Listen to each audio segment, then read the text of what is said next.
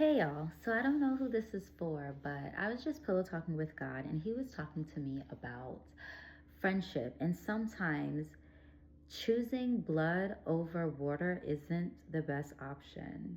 And he was using Jonathan to do that. He was using 1 Samuel chapter 20 specifically. Because that's the chapter where David is like, I gotta leave. I gotta go. Your dad's trying to kill me. I'm not safe anymore. Like, this is over.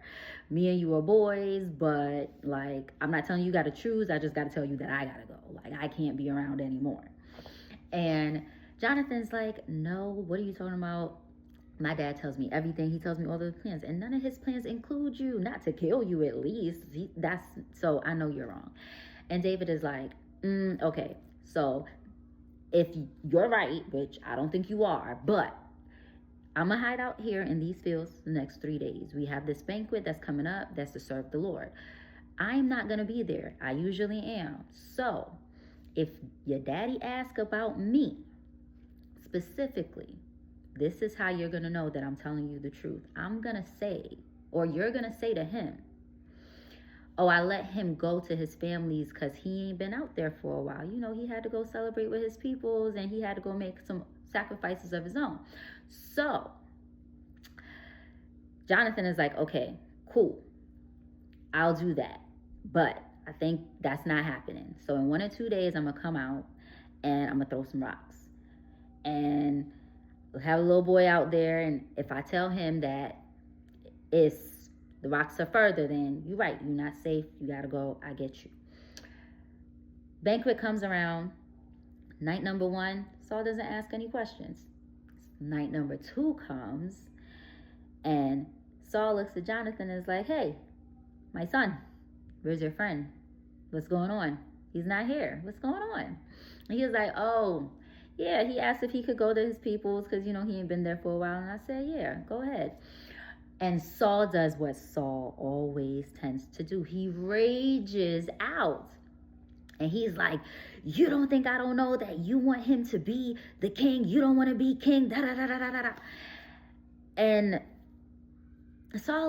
Jonathan is like, wait, what did David even do? Why are you mad? What's going on? What's got you so tight? What's happening? And Saul, he can't say, I'm jealous. Come on now. You already know. Like, he's better than me. I'm down here. He already has God's anointing. You know. But he can't say that out loud. So he goes and attacks Jonathan because that's what people who are narcissists do. They attack. This man insults his son and is just like, you son of a whore. What do you mean? Why would you do that? Why would you say that? But Jonathan, he took it. Saul tries to kill the same son that he says he wants to be king and throws a javelin at this boy. He misses, of course. And Jonathan is like, man, you know what? I'm about to get up. I don't even want to eat with you. I'm gonna wash my hands right now and I'm gonna go to sleep because you're tripping. You should be ashamed of yourself. This is disgusting of you. And you're jealous because God is with him and not with you. And how he was acting is exactly why this was happening.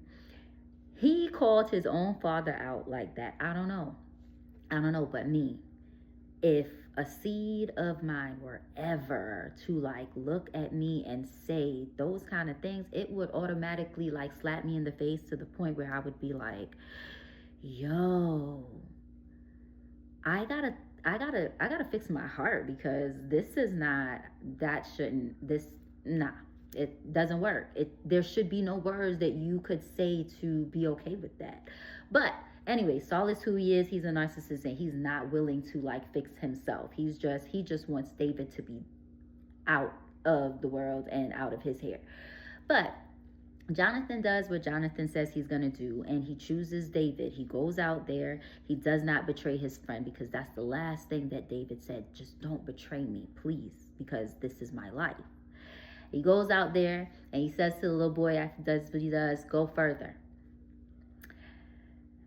And collects the rocks. Him and David have their final goodbye. And that's the last time that they can really be friends. Like, he really lost a brother. Both of them did because they were so close. But Jonathan knew the anointing that was on David, and he knew exactly who his father was.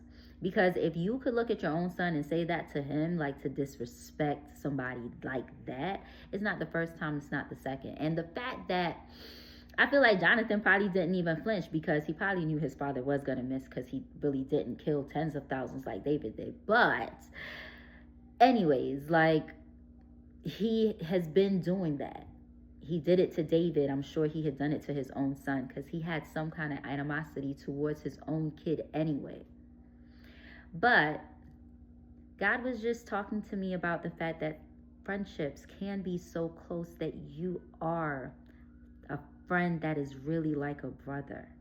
And I hope and I pray that you have that person in your life, even if you have family that is like that, because sometimes it's not somebody that you aren't related to. Sometimes it is a cousin, and sometimes it really is your brother that is like that, that you would choose even over a parent or, you know, some other loved one. Like, I pray that that bond that you have, if it's choosing water over blood, I hope that that bond that you have stays together forever, that nothing breaks it. Anyways, I don't know who this is for, but I hope that this helps. Bye.